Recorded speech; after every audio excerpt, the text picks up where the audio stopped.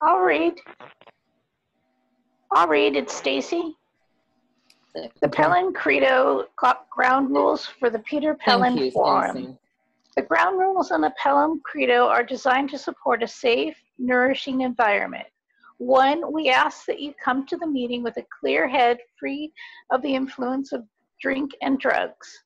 2, in any Pellin setting, you keep control of the pace and depths of your work. You may pass or say no to any suggestion. Your no will be accepted and not judged or analyzed. No means no. 3, even though the meetings are recorded, we ask that people respect the confidentiality of those present and do not share anything that they heard outside the meeting. 4, in Pellin work, we have a strict no gossip rule. No gossip means we do not talk about anyone who is not present, even in a pleasant way. Is that it? Thank you. Thank you. Yes. Okay, thank you.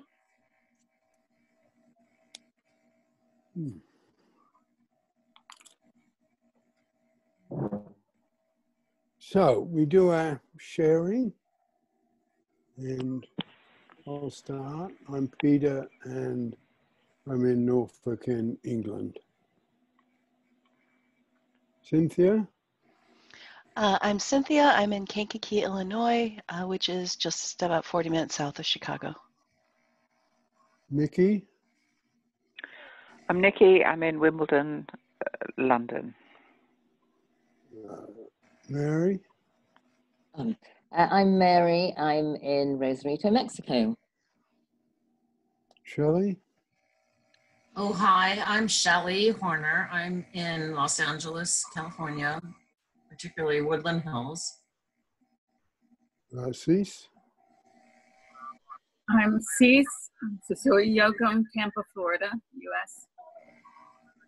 Victoria? I'm Victoria, calling in from Paris.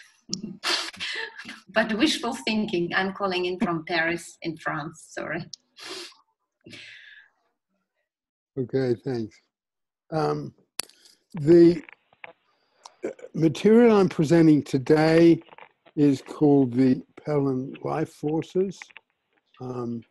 It has, over time, I think, been some of the most popular material.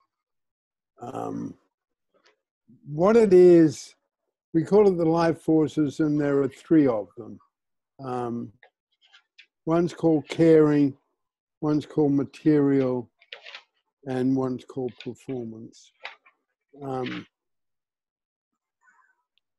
I think the reason they're popular and used a lot, they give it, because, yeah, they, in a sense, the life forces are a typology of personality or character. Just to say them quickly, one we call the caring life force. This is very broad brush. We'll go into more of the details later, but the caring life force is about love, the material life force is about money, and the performance life force is about creativity. That's a very broad brush. And they are popular because they can give people some real understanding of, hi Elizabeth, we're talking about the life forces. And I'll repeat that bit because I like the broad brush bit because, yeah, I'll try not to digress. I like the broad brush because I think it enables people to grab something quickly. And the broad brush is just a broad brush. You know, we then get into some of the subtleties and certainly the complexities. So the caring life force is about love. The material life force is about money. The performance life force is about performance. That's a very broad brush.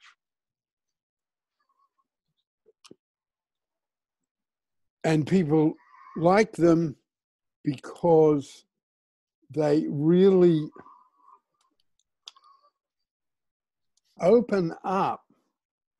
You know, why am I having difficulties with this, people? They open up problems and problematic situations and difficult, even nightmares in relationships and marriages. They have a direct application, and they started with work about jobs. You know, just to stay with my broad brush for a minute, if Caring Life Force is about love, then I probably need to go into work that's about people. If Material Life Force is money, I need to go into work that's about money and physical things. Performance Life Force is about creativity. Well, if I'm drawn to creativity, that's understandable. The broad brush is mostly too much a broad brush when it's about performance. But so creativity has a wide, in the broad brush, has a wide application to include sport and politicians. Okay, so just bear with that. The material is David Pellin's. As some of you know, I've changed the names. He had different names for these three forces than I use now. It is very complex material. It is very subtle material. And we have been around a long time. And in that time, and thanks to a long-term student of mine who was the Mother Superior in a convent in central London, Marion Daly. She did a lot of training with me, and she came up with what I'm about to show you, which makes this very complex material very easy to teach. And what I'm showing you is that, and I want to be careful. It's three interlocking colored circles. The yellow circle is Caring Life Force, okay? The green colored circle is Material Life Force. The red colored circle is Performance Life Force. And we all have our own unique combinations. And there are a couple of things that this is not. It is not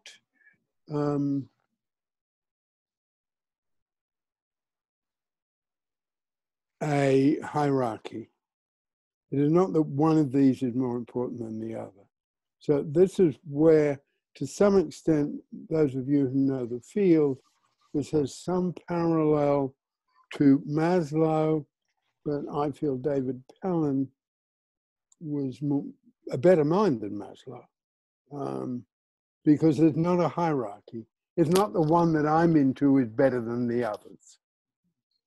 They are three life forces that we all have in different degrees. And because of Marion, what she came up with these circles, it is very easy to teach now. And we have it to the point where we can teach it to teenagers and children, as well as to adults. And of that, I'm very proud. Can I just say, Peter, I've got a little snippet of video that probably you sent me, which is you holding the circles and showing a little foster kid about the circles, probably about 8, maybe. Yeah. Well, we know we can teach it to foster kids. We've done that. And you know, one of our, part of it, what I like to call our slogans, you know, more sophisticated word is our mission statement, is we want to develop, we want to deliver the highest quality material to people who expect it least and feel entitled to it least. And that's where we want the material accessible. And the other side of that coin of that slogan is that we ask people who do expect the best and feel entitled to the best, the people who are most privileged and most educated, to take in that something that is useful to a 14-year-old foster girl can also be useful to them. There's some of our, I guess, political statements, you know, where we're coming from in the field. Anyway, coming back to the life forces and expanding out of the broad brush, the caring life force is the part of us that wants to care for others and be cared for. To go back to the broad brush, is the part of us that's love. Love is a very complex entity, so it's easier to use the jargon here, I feel. So the caring life force motivates people to go into work like mine, like most of you. It motivates people to become doctors and nurses and social workers and teachers and therapists and trainers. They're helping professions. The birth of the caring life force is the baby who knows it is loved and never doubts that. And the mother who knows that the baby loves her. That's where the caring life force starts.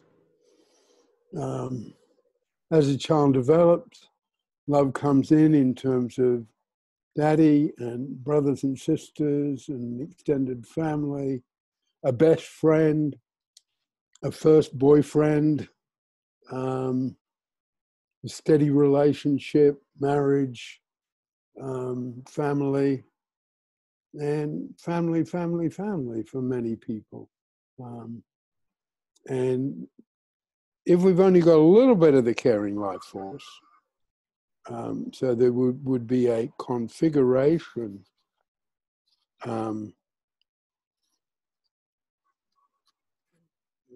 give me a moment.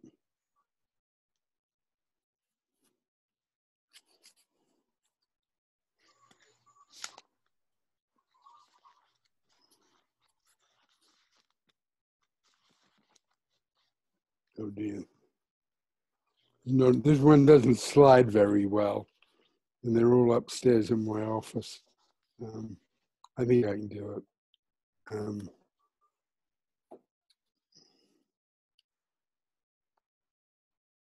Yeah. Sorry, I'm all thumbs.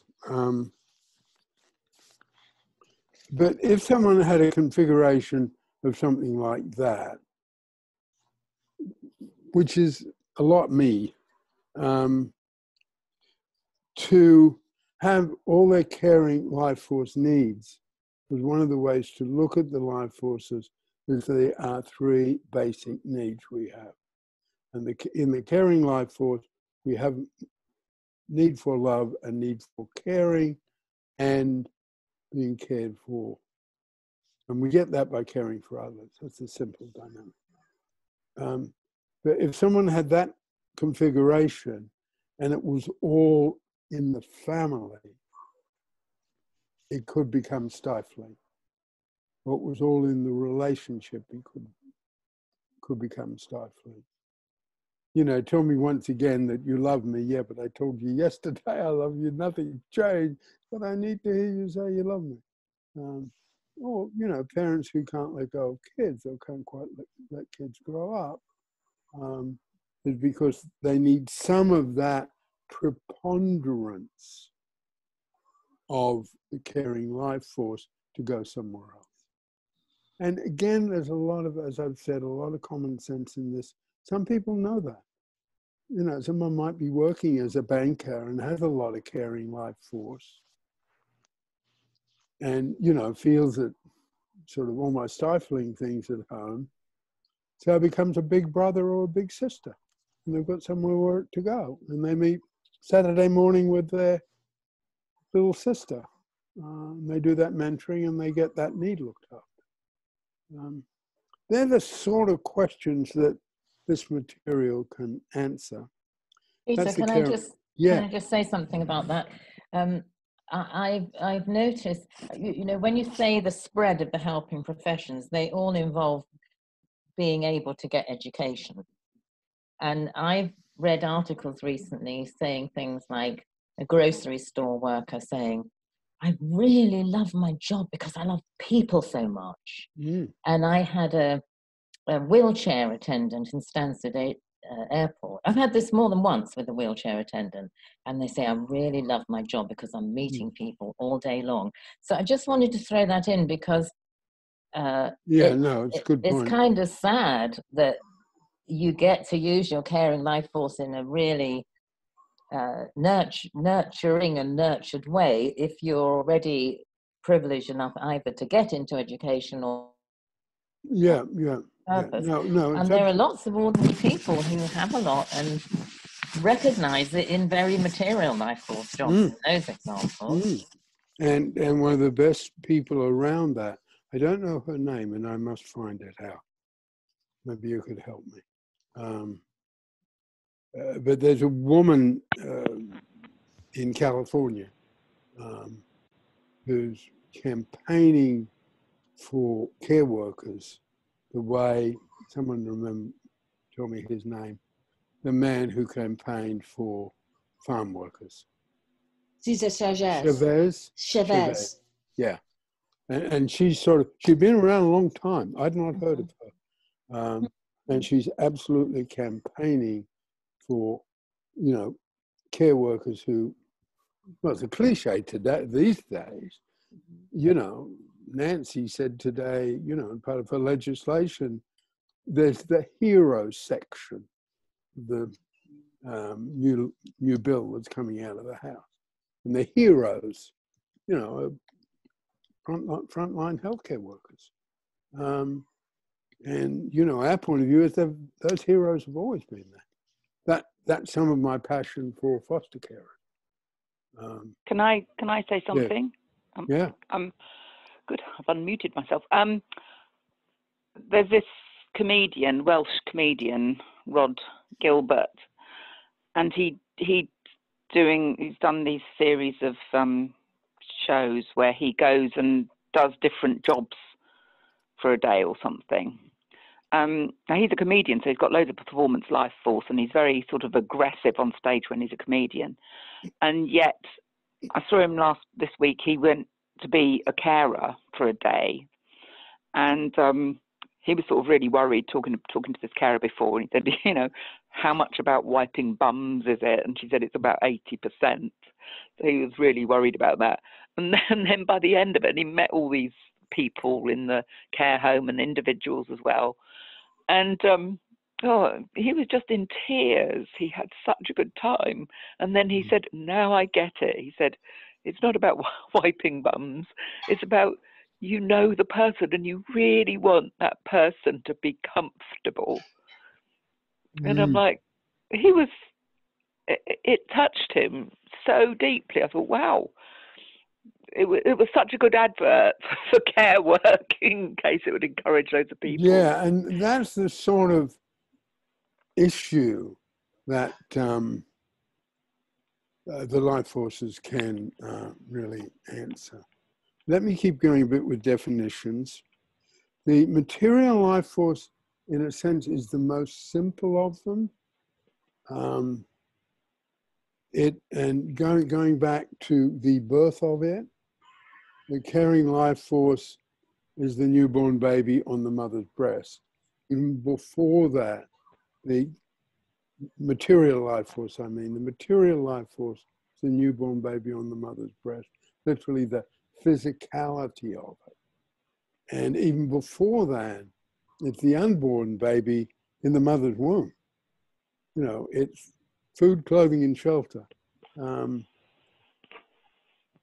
As children grow up, material life force becomes a favorite teddy or blankie or Ellie, short for elephant. You know, that possession that gives the child comfort, because material life force is about physical comfort.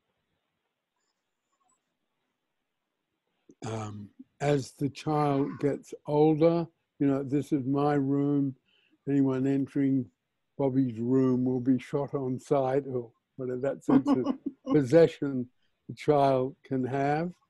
And then it's phones, you know, play boxes. I don't even know the technical word, but, you know, it's the child and the teenager wanting possessions, and those possessions being very important. It's the child wanting pocket money. It can be the teenager, particularly in this day and age, wanting an education, worried about an education. Where's the money going to come from? The life forces have got a lot to say on a political level, as well as in a therapeutic situation. But to stay with the definition, you know, it's an old, as we grow up, we get a job, we get paid for it, or before that, we go to university and get qualifications, so we will get a job that we get paid for. The possession of a car, particularly in America, the possession of the first car, a home, an apartment away from mum and dad, you know, a mortgage, a marriage within which issues of money have got to be worked out. And that's one of the particular straightforward uses of this material, is that if one person in a marriage has an enormous amount of material life force, that is the predominant one, like that,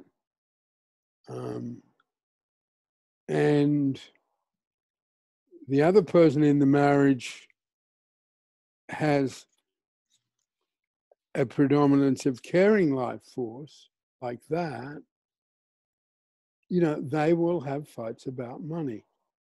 Okay? Hi, welcome. Hello. I can hear you now. Thank you. I can't. Have we met Patricia? I'm Patricia. I was the one that was in before and you didn't know who. No. Yeah. Thank you for coming. Are you a friend of Janet's? I am. Right.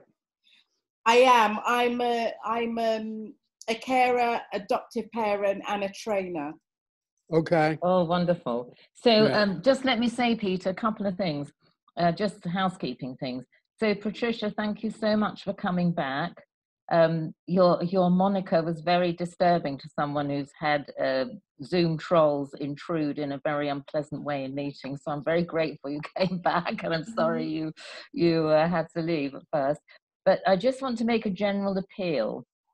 Cynthia records this on speaker view, and if you're not muted, it means that any slight noise means that the screen suddenly changes to the person who's making a noise. So it's very important to be muted and unmute yourself when you want to make a contribution. We welcome contributions, but because it's being recorded to help other people, we really would prefer to have the screen showing Peter when Peter is talking. So that would be great if you can cooperate with that. Thank you so much. Sorry, Peter, back to you. Okay, just to go back, have you heard anything about my work, Patricia, from Janet? Or just a little bit? Right, there we go. I'm unmuted.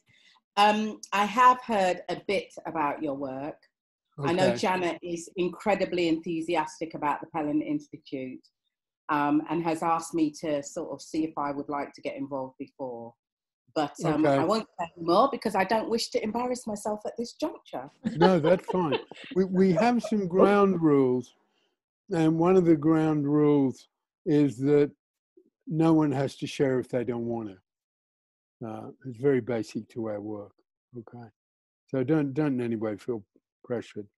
Right, and this is part of our work that Janet teaches to foster kids and foster. Janet was the first one who successfully taught this to an 8-year-old. Okay, and that was the time when I knew we could do it. I'll tell a little bit more about that story later. So these are 3 life forces. In a sense, I'm just doing some revision. In a sense, they're character types. On a broad brush, the yellow is called caring life force, and that's love. The green is called material life force, and that's money. And red is the material life force that in the broad brush we call creativity, but also includes politicians and sport. Politicians and sport are very much in here, performance. And we've just been teaching these today.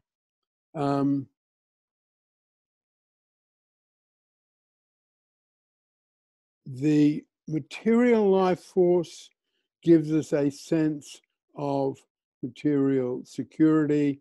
And as I said before, we've all got different mixes of this.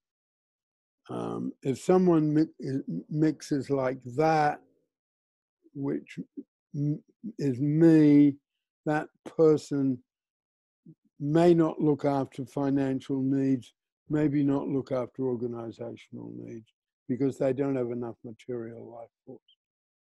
Another way we say that is the material life force is squeezed. So the example I was using before you came in, if someone has a lot of caring life force and not much material life force, which is like that, and they're with someone who has the reverse of that, and they have a lot of material life force and not that much caring life force. Sorry, all thumbs again.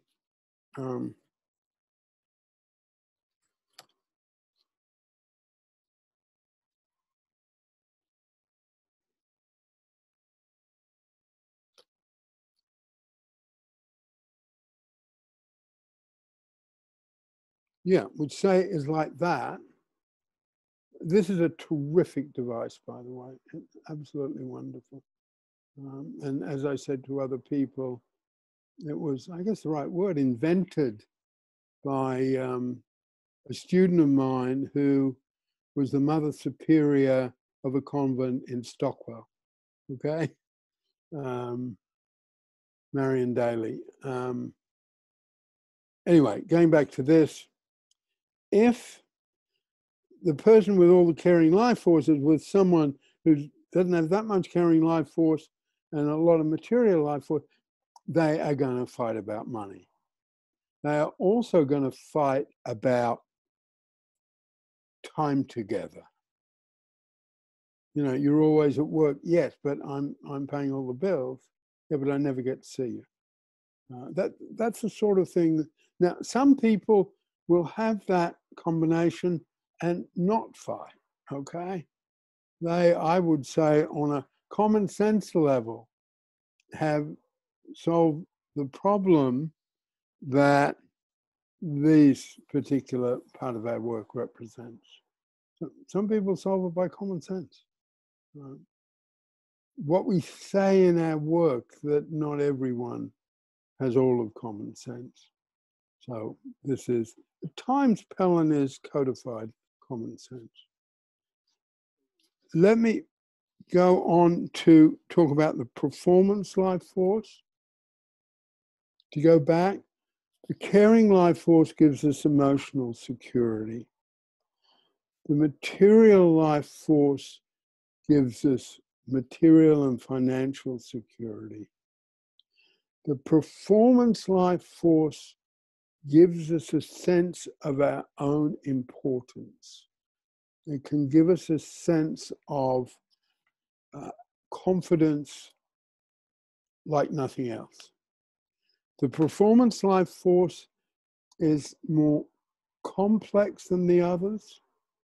In terms of the birth of it, the performance life force is the newborn baby being the center of the universe, not just attention.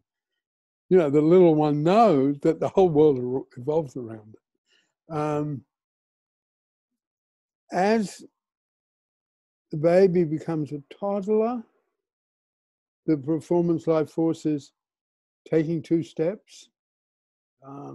But again, it's being the center of attention. And if it's not the center of attention, it will cry. I will not make any political comments having made that statement. As the child develops, the performance life force is taking risks, doing things that are scary, being naughty, experimenting.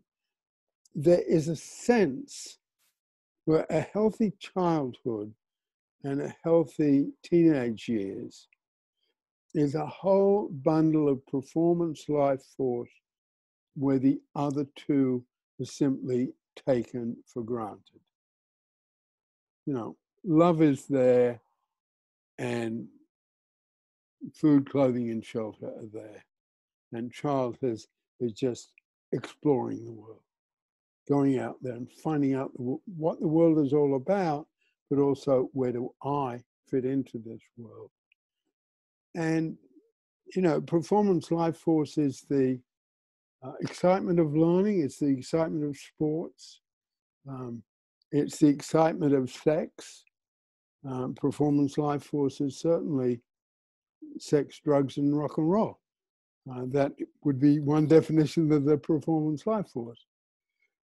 But the performance life force, staying on the positive side, is Barack Obama and Nancy Pelosi and Roger Federer and Serena Williams and the great novelists and the great playwrights and the great actors and the great politicians, as I have said. There are tons of performance life force. So in this work, if someone talks about a writer or a politician, often after they've passed away, they were so selfish, they were so full of themselves, everything was about them. Well, that's what it's about. That's what performance life force is about. Can I make a little comment? Yeah. I often wondered as I grew older that I had a lot of women I knew would find difficulty standing forward and claiming attention, speaking up and things. And I kind of wondered about, I already knew the terms, so I would think, well, I've got quite a healthy performance life force in some way. And a few years ago, one of my parents, I forget who, told me this little story, probably my mum, that when I was sitting on the potty and I did, you know, number 2, passed a motion, they'd stand there and they'd clap. And I thought, okay, you know, people can have such negative feelings around the natural human functions, and I got all that praise and attention for it. That makes sense why I've got a healthy performance life force. Yes, Cynthia. Yeah, I have a question about the life forces. Let me just, before you say the question, I should have said that right at the beginning. what I'm doing with this today is introducing it, okay? The next 3 sessions are going to be about each one. Okay. Yeah, so. Is this something that's static over somebody's lifetime, or does it change depending on? It changes. It changes. And this is another reason why the tools are so useful. This particular set of tools, well, it's great with teenagers. It's great with foster kids. I mean, young people getting into trouble is that over and over again. It's that. And I'm saying even more than that. That's what terrorists are. We've done quite a bit of work because it's come from the government in England, training about radicalization. And one of the things I say in that training, using it, training foster carers about radicalization and how to recognize it. And one of the things I say about that, what you've got with a young person who's a terrorist is that. And it might even be more dramatic, it's that. Okay, the caring life force, even the belief in love is squeezed to nothing, okay? And what foster carers do, they increase. If you've got that configuration, that person cannot become a terrorist. I mean, I'm making pretty emphatic statements here that that's true, because the kid who's got that much caring life force at some point is going to be sitting at the kitchen table and frozen, and the foster carer says something, and both radicalization and girls who were groomed for prostitution, the caring life force is not there, but there's enough of it there that the boy or girl is at least sitting at the kitchen table. Well, what's going on? Nothing. What's going on? Nothing. What's going on? Nothing. And then the tears come and it all comes out. Okay, because the caring life force is there. And when it's coming out, that young person can tell, I'm doing this directly in fostering, but can tell the foster care, this is what's going on. And even if they only say this much of it, well, there's this guy, or well, there's this religious preacher. Even that much comes out of it, it's starting to come out. So what you get in that situation, and I'm not, these are tools, I'm not saying they're any easy answers, but it's a chance of preventing girls, and not just girls, boys, being groomed for sex. And it's a chance of preventing kids not being pulled into terrorist groups. So pretty powerful material. I guess you got me into my work a bit, Patricia, thank you. I've got a very close friend who's Italian, so I'm sorry if the Patrizia comes out instead of the Patricia. So another way to say this, no, let me put it this way first. If I'm in the caring life force, you come first. And that's where it does in that fundamental way come from motherhood. In the material life force, money comes first. In the performance life force, I come first. Now and as I said earlier, we're going to be spending the next 3 sessions on these and one at a time. So this is sort of getting the fundamentals out. So the politician who's self-centered, or the author who's self-centered, doesn't spend enough time with family. That simply goes with the territory. You know, just the same as in our field of work, if you've got a lot of caring life force, the thing you well might lack, and I can certainly lack, and you know, I'm an old pro. I've been doing this forever. You know, so I come across as confident, but that's not what's inside me. Because in the caring life force, we're never that sure of ourselves. In the caring life force, we do not have that particular, I want to say it this way, at its best, God-given quality of self-confidence that comes from the performance life force.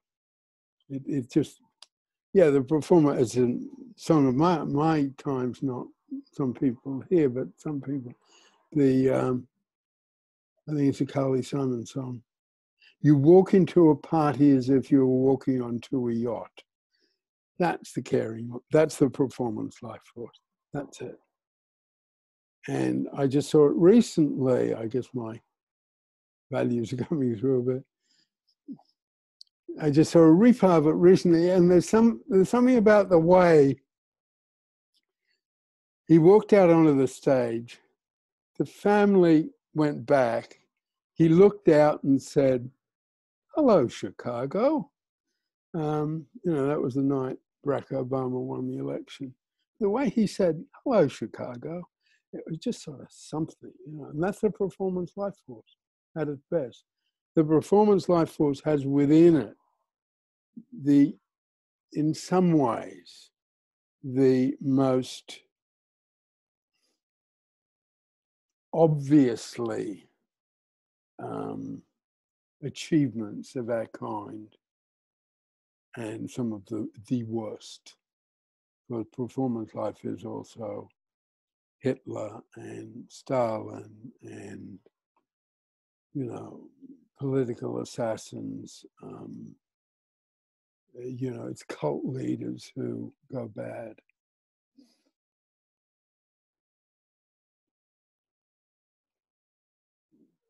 Just to sort of say it briefly before we get questions, in a way, the material life force is the most simple. One of the things that this is, and you know, credit to David Pellin, my teacher, this is a school of counseling and psychotherapy that has a very clear place for money. And within this, someone who's emotionally cold, you know, hard to relate to, and is all about money, in our point of view, there's nothing wrong with that person because they just got a lot of material life force. That's what a person with a lot of material life force is. And I used to say routinely in this training that if the problem of the unemployment opportunity for teenagers is going to be solved, it's going to be solved by someone who's got a great deal of material life force and perhaps not very much caring life force at all.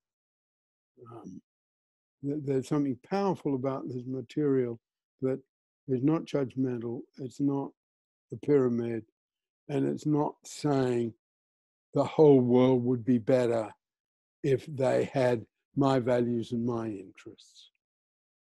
We're not saying that at all. We're saying something quite different.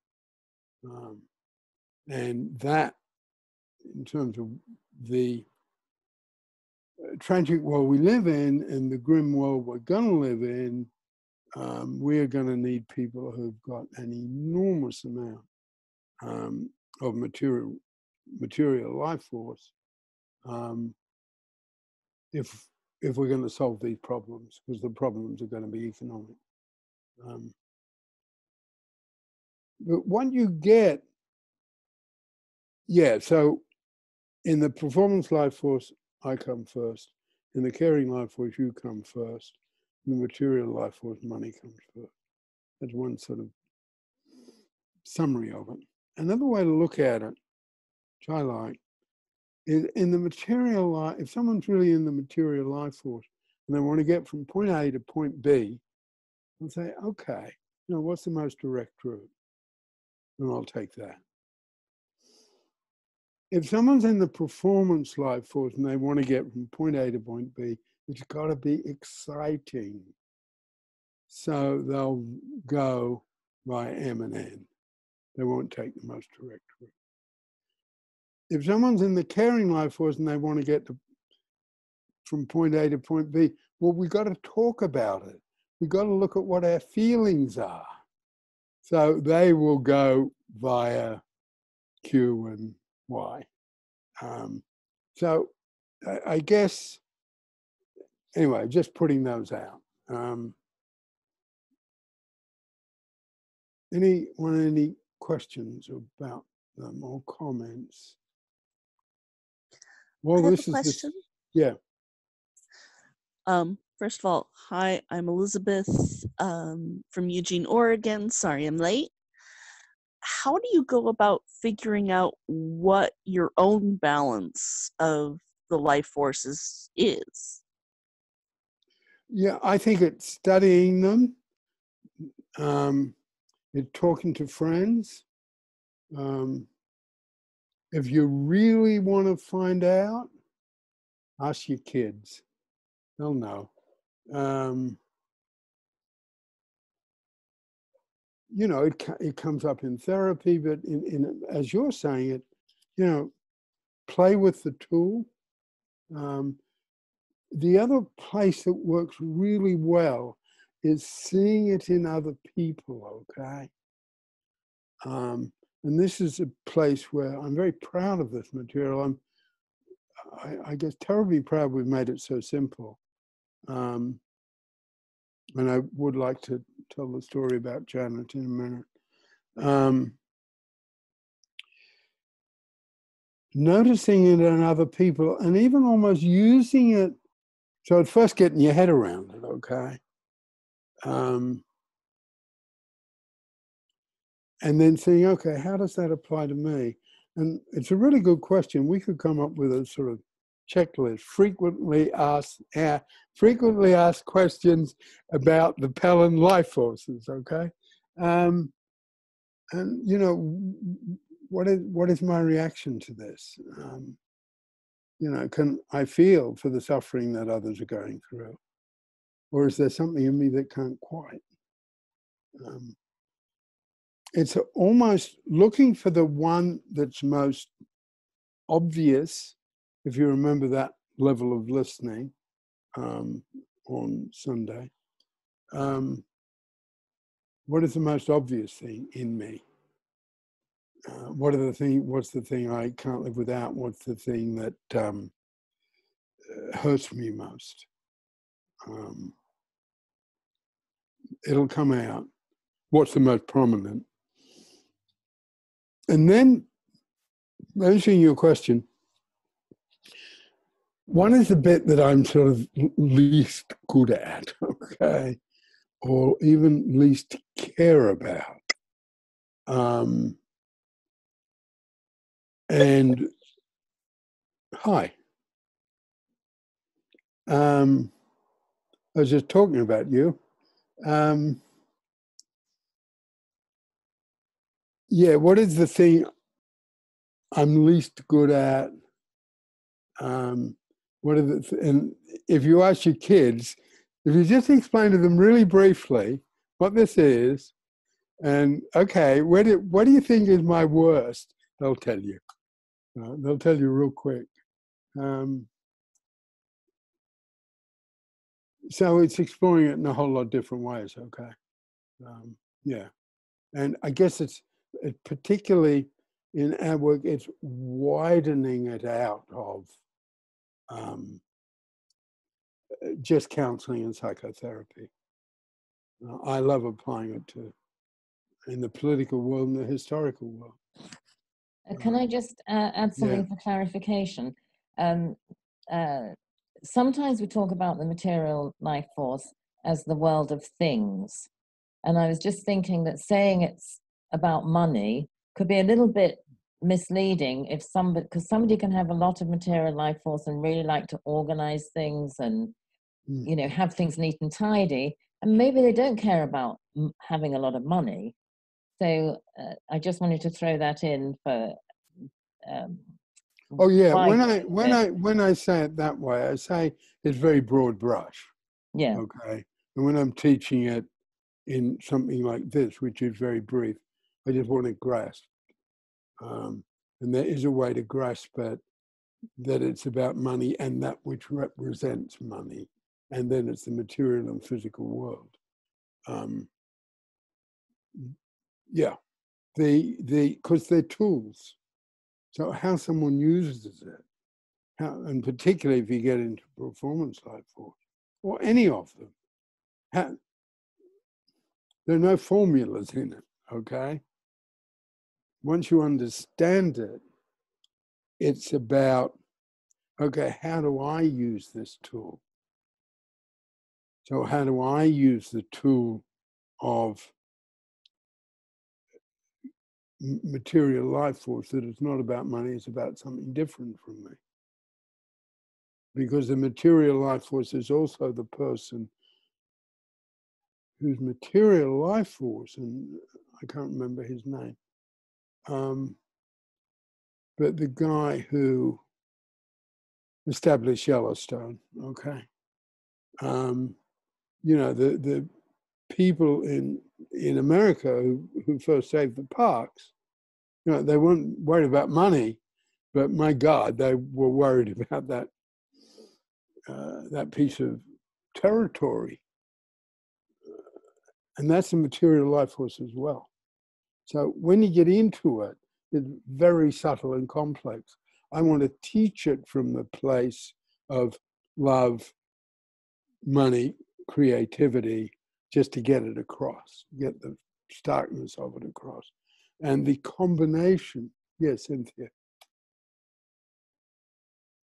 Oh, sorry, I didn't want to interrupt. I was just thinking you'd call me when you were ready. But one other thing I was thinking, it could also have applications not just for individuals, but for corporations and organizations and things that I could see people, maybe you already, but that just came to my mind. Oh, totally. No, totally. We use it that way. You know, I have connections to and have a huge love for Italy. But Italy is sort of,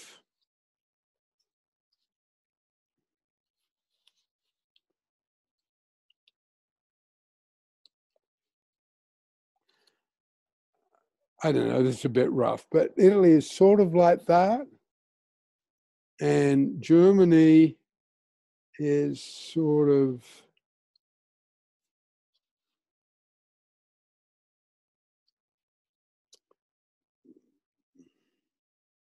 I don't know. Germany is sort of like that, okay? Yeah, England's got, as a nation, if you were making those broad statements, and it's not always popular, but, you know, got a lot more material life force than Italy or Mexico. And you can certainly apply it to groups, very powerfully apply it to groups. And one of my big interests is the fact that, you know, people say, well, the base of the American Democratic Party is the black vote, and, you know, it's the black women's vote. Yeah, okay, that's true, but there's a rather long history there. You know, black women elected JFK, and then they hid it because the Democrats didn't want to say that the black vote put us over the top and said it was Mayor Daley. It wasn't. That's just a historical fact. So that's a group of people. You know, the power of black women politicians goes back a long way, and they had a lot of performance life force. And I guess there's the performance life force of letting your kid go to jail at 10. They did it. So there's this, you know, there's this terribly long history of, I hope I'm saying this okay, but black women being politically powerful behind the scenes and getting the vote achieved and then getting the vote out. And that performance life force. They put some of their caring life force aside. And they put, the caring life force is there, but they claimed, and it's, documented, it's historical, it's, there are videos of it. They claimed political power there, and they claimed performance life force. Not documented very much. More so now, but not documented very much. And an inspiration to me is a direct influence on this, because her name's slipped my mind for a minute. But the lady who set up the Highland School in Tennessee, and she started early, but she could teach illiterate sharecroppers to read in a week. I mean, that's extraordinary. And if she had another week with a selection of them, she could turn them into teachers. We can't quite grab that. A week, it's all there, documented, it's fact, it's written up, big literature now.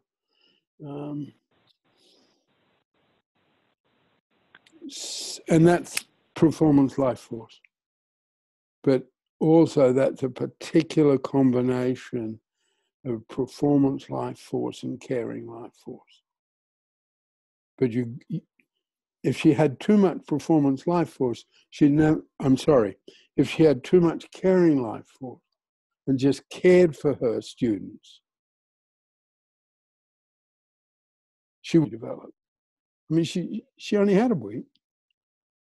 And they might get evicted when they got home. So it wasn't easy. They were sharecroppers, illiterate sharecroppers. She taught them to read and write in a week. Sorry, I'm going into my own passions at the moment. Any questions? Victoria, do you want to say something? I felt a strong need to say something, but I did passive listening. So now it's okay, I can pass on. Okay, go. Shall I go? Okay.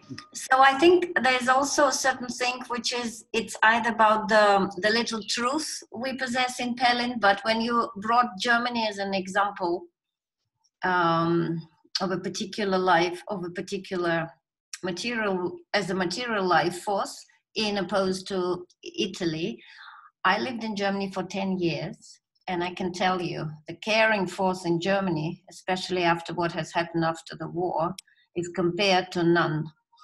And then I first wanted to jump in and say it, giving the, my personal background of a Holocaust survivor family going to Germany. So, and all these things, and seeing and appreciating and honoring this caring force is very important. But then I thought, well, you see it in a different way. So how can we see? Germany doesn't have a child to go and ask, what's my caring life force? So nobody can protect it. So I'm just, No, I think, and that's where I say, and quite a lot of my teaching is a bit broad brush, okay? But the tools are really subtle and sophisticated. So if you take that situation, because it's something I've looked into a bit, but I want to look into more.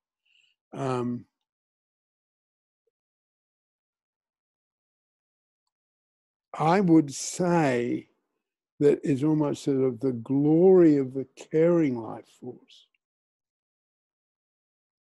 had to come through. And I've heard people say just what you're saying. And it's factually the case. Because how did Germany go from that to this? From nightmare and colluding with a nightmare to probably the most admired politician right now.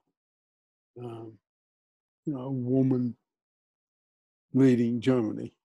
Now, I think it's the forces around them. They needed the caring light force, or the caring light force had to come through. And of course, the bit that I bring in, which was the first part of my material I developed, I presented to this group, it was contribution from hurt. And then they would see the contribution from hurt working. And the contribution from hurt, they could only work.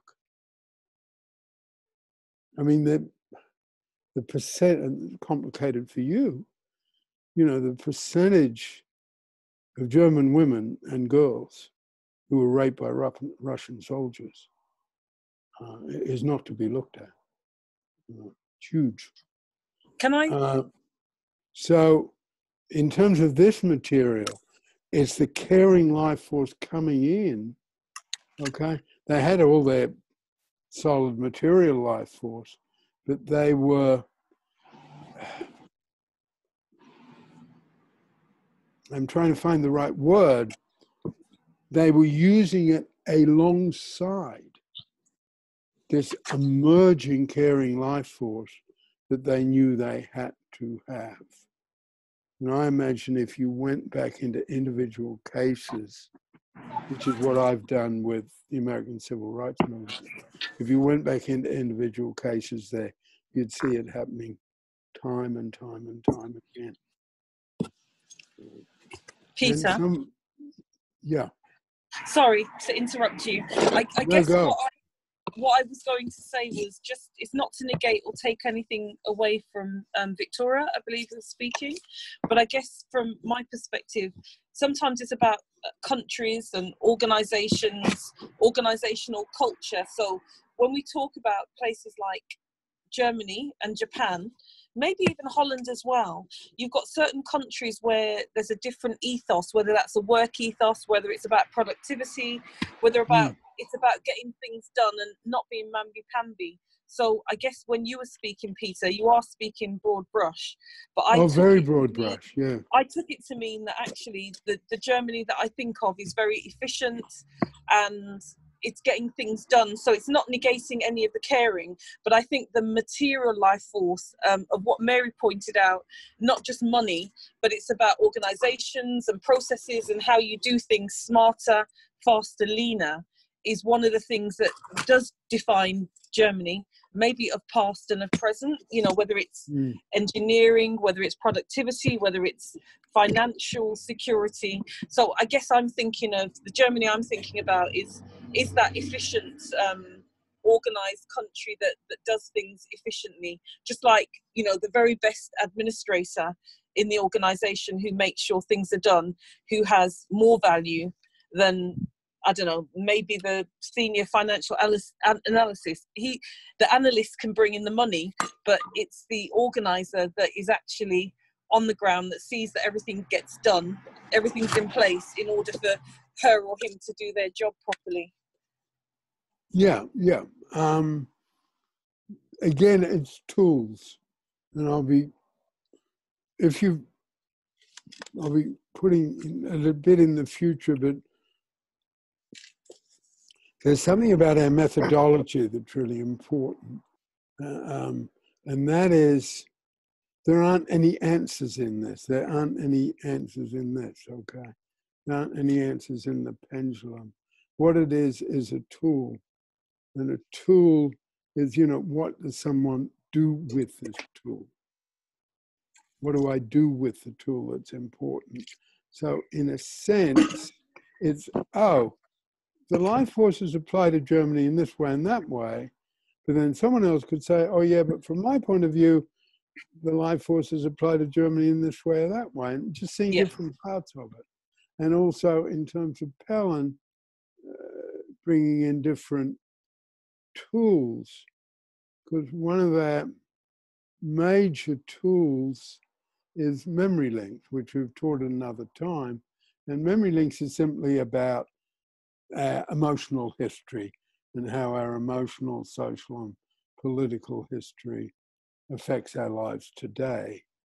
And it's a bit like the Freudian concept of the unconscious, but we take it to a slightly different place, because we also say there are cultural memory links. And I think that gets so certain countries or groups or corporations will have their cultural memory links, and they hugely affect our life. I guess what I wanted to say when we invited me to speak was that for me personally, it's easier to talk about it if it's concerning individuals rather than like things like countries, because you give an example and then to me it sounds like it's a stereotype. And then it's like, as an example for life forces, you can say, well, Germany, because they produce the best cars and everything. But for me, it's lacking the depth of what material forces really are when you use them, when you apply them to like human beings, or that I guess was my point, and that's why it just came up. Yeah. Things, as you said, and cultural or collective unconsciousness that connect. These are sort of, that's where they're tools. And they're just tools. Elizabeth? In Ann Arbor, in Michigan? You want to say anything?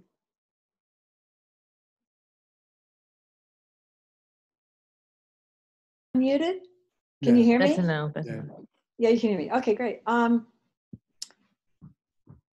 I think it's really great to see the life forces is something that's almost continually shifting, dependent upon circumstances that a person finds themselves in. And I don't think I understood that for a really long time. Certainly when I was like 22 years old, 21 years old, I thought they were all fixed in stone, honestly. And also at that point you were calling creativity and performance hostile, right? Which was kind of a little issue. But it really, the longer I think about it, the more I in other people and in myself, I see it as a fluid way of describing how a person works within a given situation. You know, you brought up before that like a child, you know, in a middle class environment doesn't have any concerns about food and shelter and clothing. A child who's brought up in a financially and emotionally insecure position is going to have a hostile or have a material life force pretty early on. I mean, it's been I mean, they're going to express that because they're worried about bringing food home, or they're worried about how they're going to, you know, pay for their after school care or whatever. So I sort of, it's been nice to see it evolve into a more fluid way of describing how people work. Yeah, there's tons of different applications for these tools. Yeah. And, you know, because they used to be not nearly as simple as this. And I guess I didn't know Janet would be coming, but I do want to tell the story because, as I said, Sister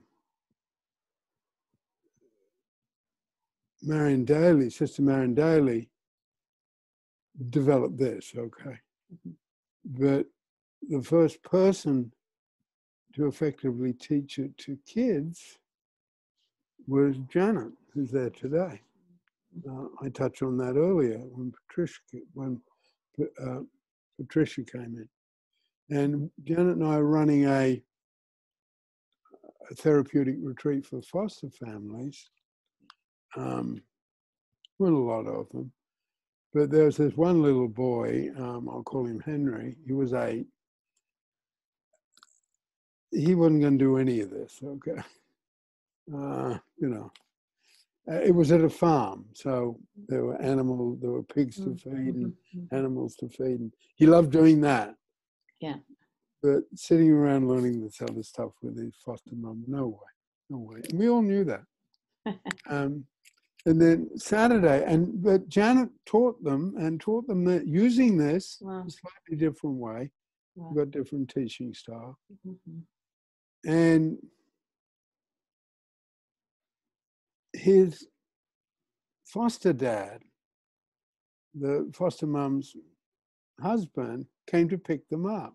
And we were all sitting around this big table, which had all the different teaching stuff on it.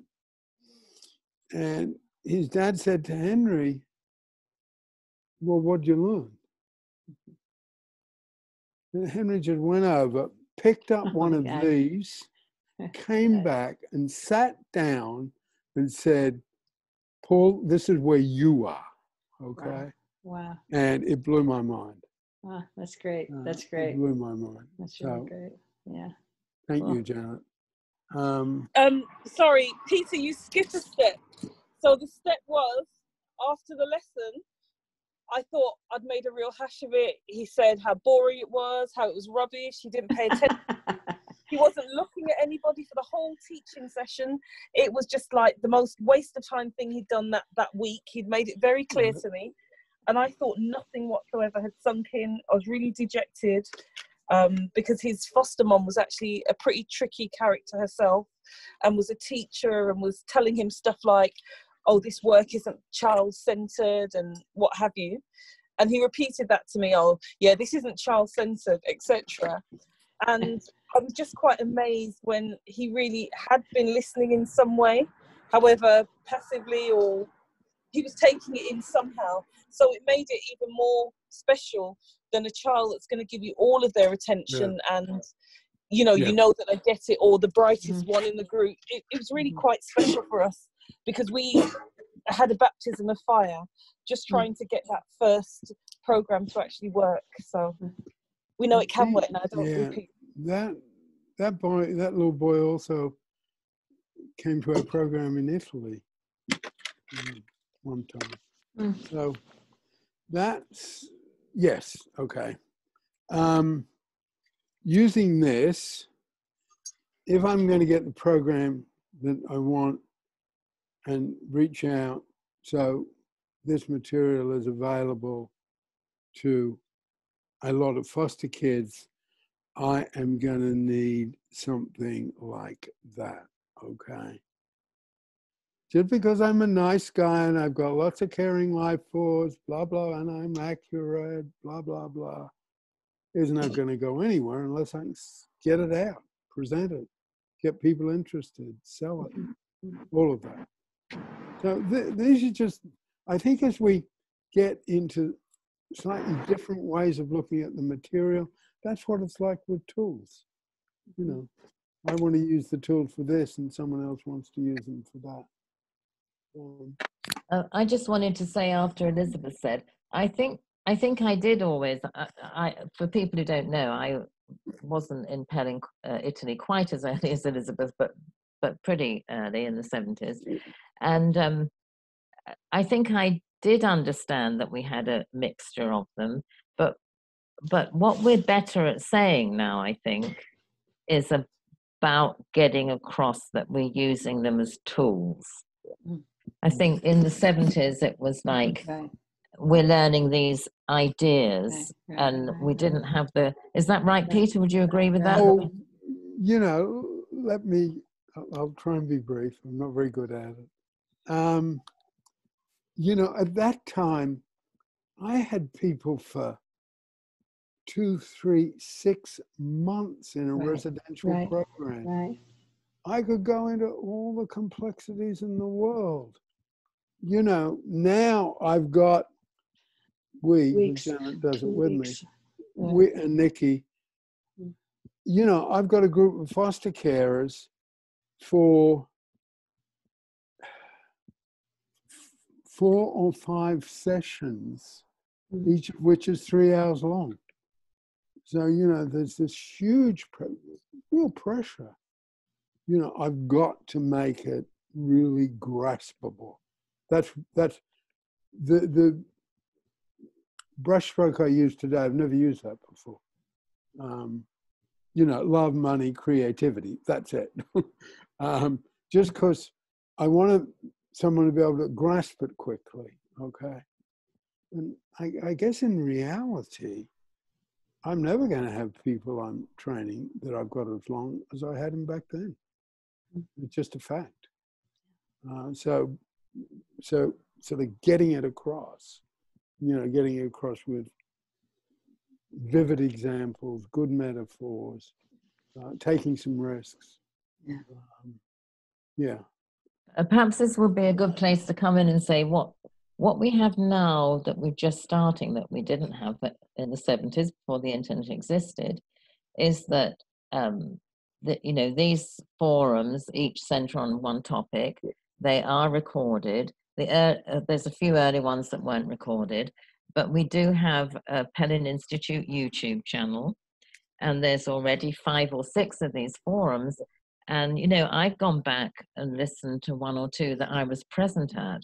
I've been learning this stuff for 40 years. To me, it's still really interesting because there's always something new. You always, you know, I was thinking today about how similar the way we're using tools in Pellin is to 12-step programs. Anyone who's been in a 12-step program knows that A, there's a bag full of tools, B, that everything works when they're in your blood. You know, when you automatically reach for that slogan that means instead of feeling overwhelmed, you're saying, first things first, 1 step at a time, how important is it? Okay, I can get out of being overwhelmed. And there's, it's how we're developing Pellin now is like that, but for interested people, having these recorded forums where you've got an hour and a half focusing on one tool means that you can go in and you can have the immersion in a different way from what was available to us in the 70s. And that's something we haven't had for 30 years or whatever. We haven't had a way to immerse yourself in it if you became interested. And with you know, what we're doing with the website, what we're doing with the Facebook posts, what we're doing with the Facebook group, what we're doing with the recorded videos, people now have that opportunity to get that immersion, the free manual, the free Foster. And every time I send, I don't know how many people look at their emails, but every time I send out a reminder, I say, here are these of the meeting information. I say, here are these resources for this tool. Yeah. This last one I said, this is the chapter in the free downloadable manual. These are the chapters on the 3 life forces and the free downloadable foster carers workbook. And if you're interested in the workbook format, then there's exercises. You know, the workbook format looks at the tool from many different perspectives, including a story to illustrate it. And you can do those exercises if that's the way that it helps you learn.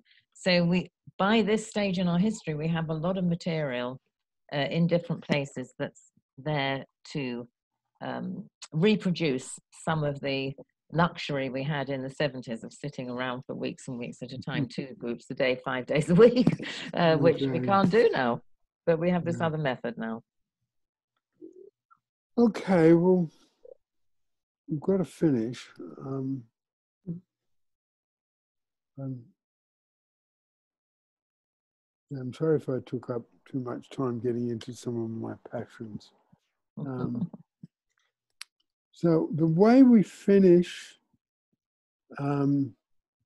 we each just say our name and anything else we want to say, and it works out that I call people's names because that just sort of greases the wheels. You forgot where we are, Peter. Our names and where we are geographically. Yeah, thank you. Yeah, and names and where we are geographically. Thanks. Do you want to go first, Cynthia? Oh, sorry, I go first.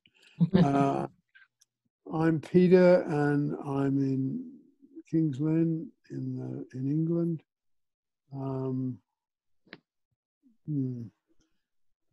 I got a bit high on the pendulum in this session.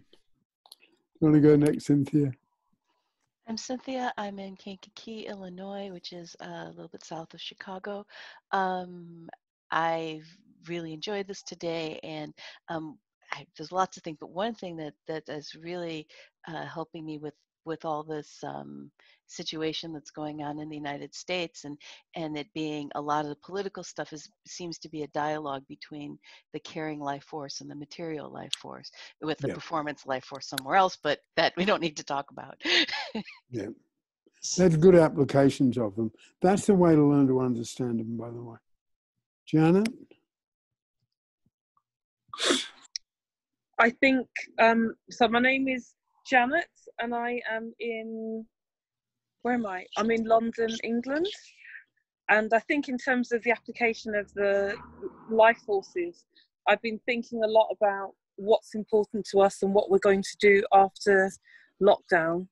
And I think essentially after lockdown, a lot of people have reassessed their links to friends and family and just really tried to think about what really matters to us.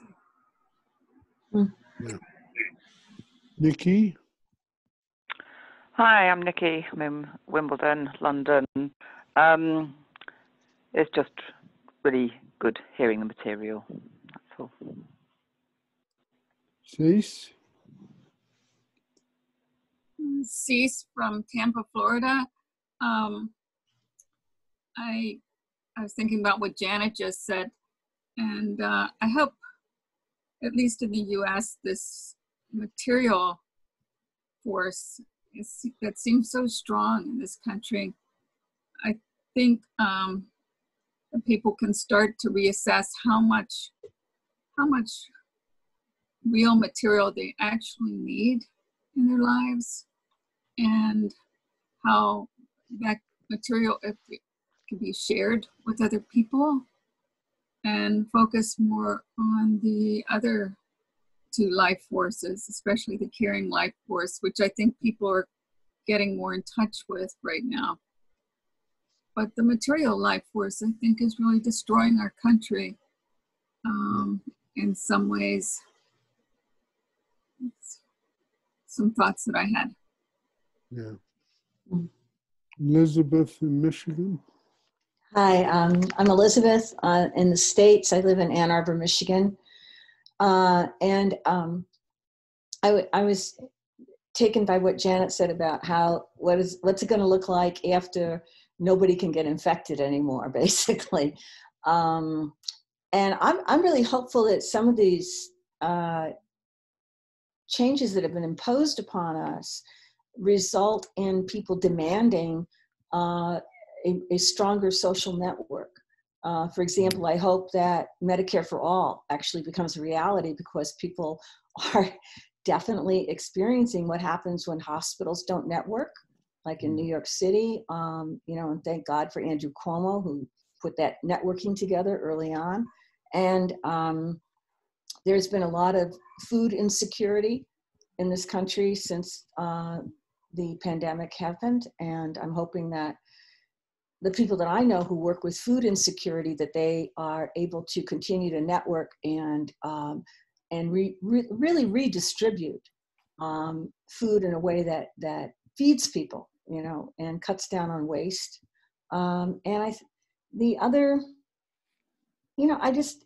There's a lot of stuff. It's like, better mass transit. I mean, there are things that when you rebuild the airlines, you might be able to rebuild them in a way that actually cuts down on carbon emissions. I mean, there is a lot of opportunity here in another 30 months.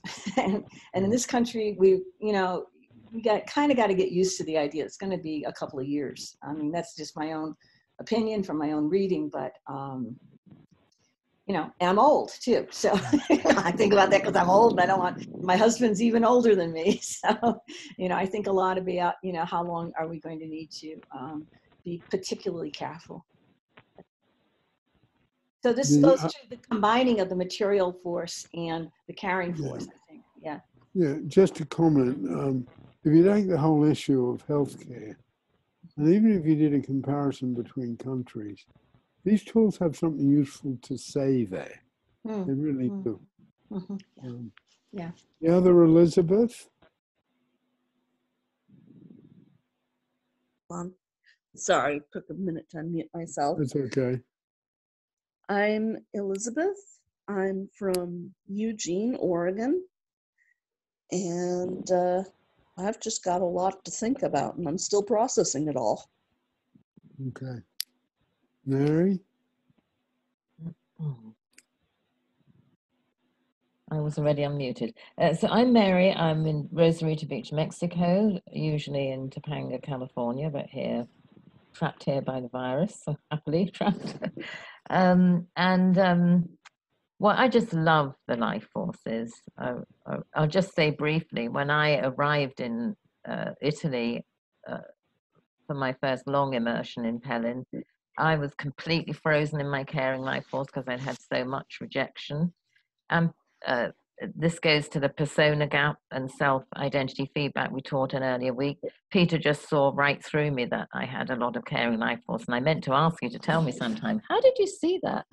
Because I don't have an idea, and I was identifying only with my performance life force because it was the only way I could cope with how rejected I felt underneath.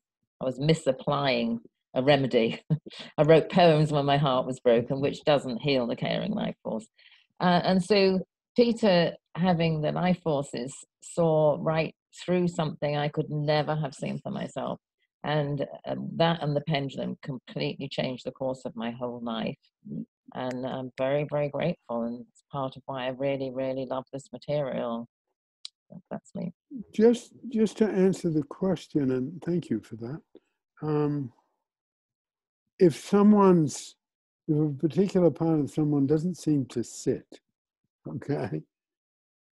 If someone's performance life force doesn't sit, and yours really didn't sit, okay, what's going on here? And in terms of this material, it's like, oh, what about caring life force? What you say doesn't sit, didn't feel natural, you mean? It didn't flow. Yeah. That's why I use the example. I'd love to be able to do it. Hello, Chicago. Yeah, he just won the presidency of the United States. He was the first black man to just win the presidency of the United States. And he comes up, looks around. Hello, Chicago. I mean, that's a performance life force that sits, okay? That just sits. Anyway, Shelley? Hi, I'm Shelley. I'm in Los Angeles, California, and I just also have a nice feeling about all of this, so I'm going to think about it, and I can apply it right away to myself, to my clients. I liked the looking at also countries. I never thought of that, like sort of one of these models to look at how our country's set up. And then I have a friend who's a very loving, caring woman, and she is an elementary school teacher, but her children are in college now, so she spends all of her off time working on climate change. And that's her passion. So is that material or is that caring, you know? Well, that's a combination of both, okay? Yeah. And that's where, as we get into the material, how the combinations work. It's fun, just fun. Yeah, that's what I thought. This material can be really fun. Patricia, you want to say anything? Hi, let me find, right, okay. Okay, so for me, it was a really fascinating... Your name and where you are. Okay? Oh, yeah. So I'm Patricia, and I'm in London.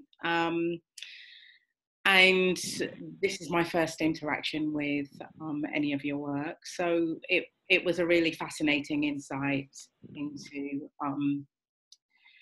how you might use this application on people groups, in nations, and you know, even on an individual basis. I kind of felt, oh, that is a lesson in itself, to identify where you sit and, you know, and even to identify the things that you're not good at. So yeah, I will stay tuned. Thank you. Thanks for coming. Stacy?